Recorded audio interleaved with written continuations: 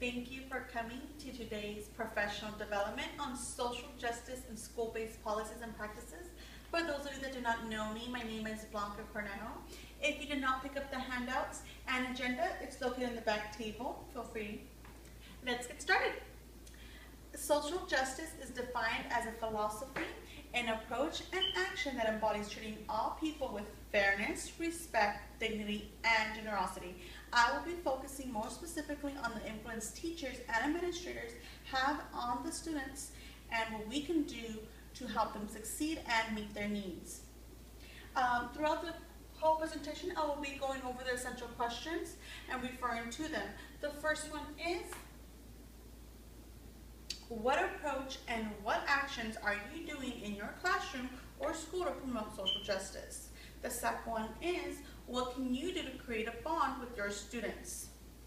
I would like you to please take a moment to write down what you are currently doing in your classroom or school to promote social justice. You will find this on handout number one. If you can please take out a couple ideas or notes.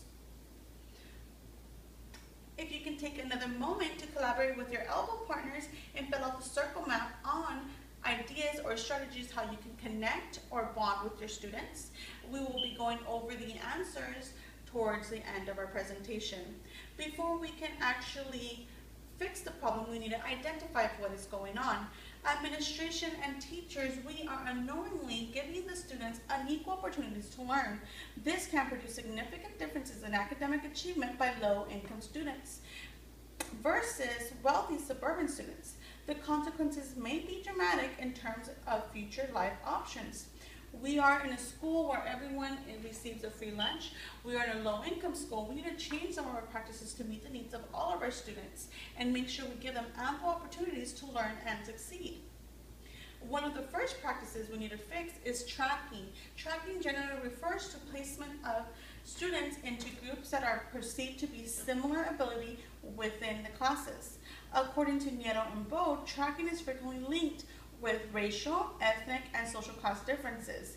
And students may develop attitudes or personalities.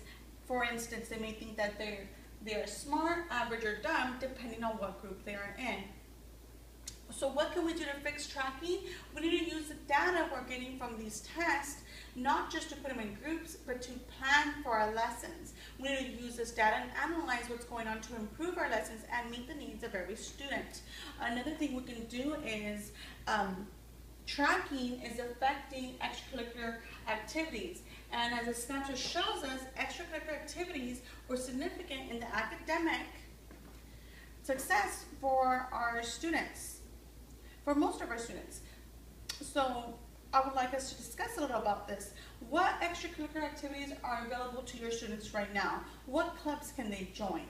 Also, who is currently in these clubs? What is another after-school activity you can add to your school or your school will benefit from?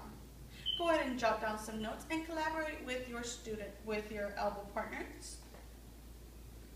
And here were some examples that I heard. I heard chess club, astronomy club, yoga club, art club, garden club, or create a club that helps fundraise for animals. Take the handout and make copies. I provided you with a handout so you can make copies for your students to use.